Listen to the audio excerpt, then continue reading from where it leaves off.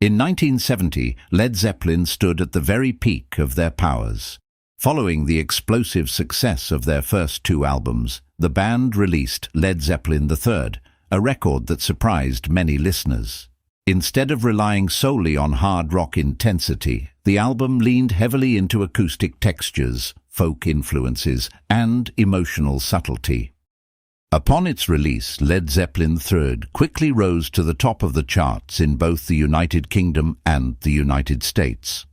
It seemed to confirm that the band could evolve without losing its audience. Yet its reign at number one would not last long.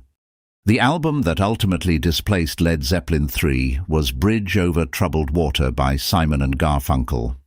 Released earlier in 1970, Bridge Over Troubled Water was a cultural phenomenon. Built around themes of comfort, friendship, and emotional resilience, the album struck a powerful chord with listeners during a time of social uncertainty.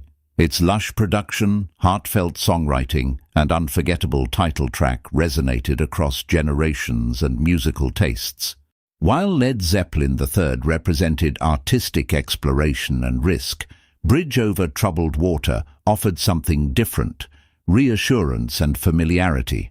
The contrast between the two albums reflected a broader divide in popular music at the time, between the raw experimentation of rock and the introspective clarity of folk-inspired songwriting.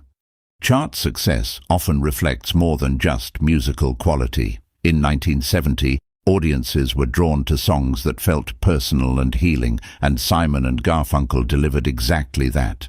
As a result, Bridge Over Troubled Water surged back to the top of the charts, pushing Led Zeppelin III into second place. Despite losing the number one position, Led Zeppelin III would go on to earn lasting respect. Initially divisive, the album has since been praised for its depth, diversity, and willingness to challenge expectations.